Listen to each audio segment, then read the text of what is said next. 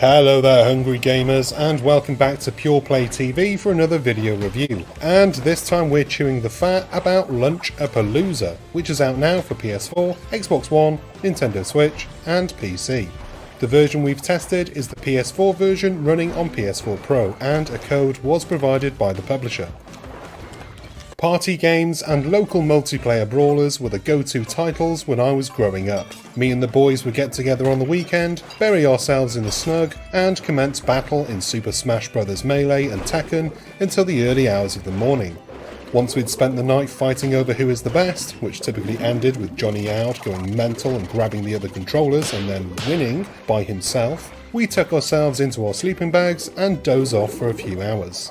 Lunch A Palooza managed to skip over everything and send me straight to Dreamland.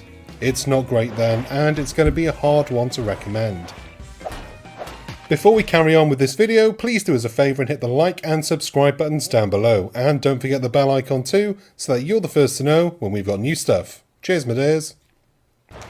Lunch A Palooza is a party brawler game that, as the name suggests, is centred around food. You take control of different food items on various food-themed stages and do battle with either the AI-controlled opponents or up to 3 other players locally. There is no online play.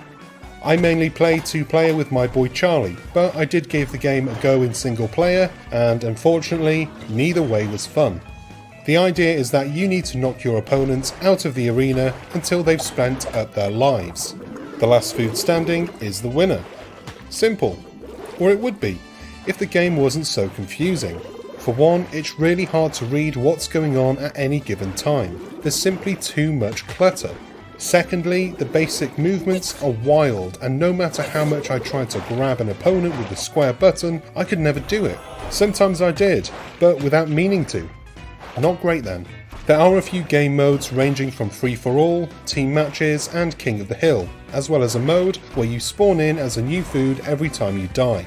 Honestly, none of these game modes did it for me, and the latter was just downright annoying. Spawning in as a new food was confusing, because I would lose track of who and what I was.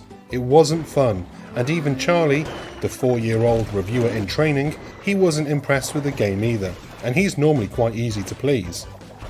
I do like the general idea of a big food fight, and I'd love to see the developers have another crack, but first, back to the kitchen to rejig the recipe, because this meal is not very tasty. And that's the end of this review. I hope you found it useful in some way. If you did, please do remember to like and subscribe to our lovely little channel. Maybe even drop a comment if you've got something nice to say. Don't forget to check out our various websites, including pureplaystation.com, where this review was originally featured. I've been Chris, I reckon we should all go and get a Maccies and forget about this one, and I'll see you next time. Until then, adios mi amigos!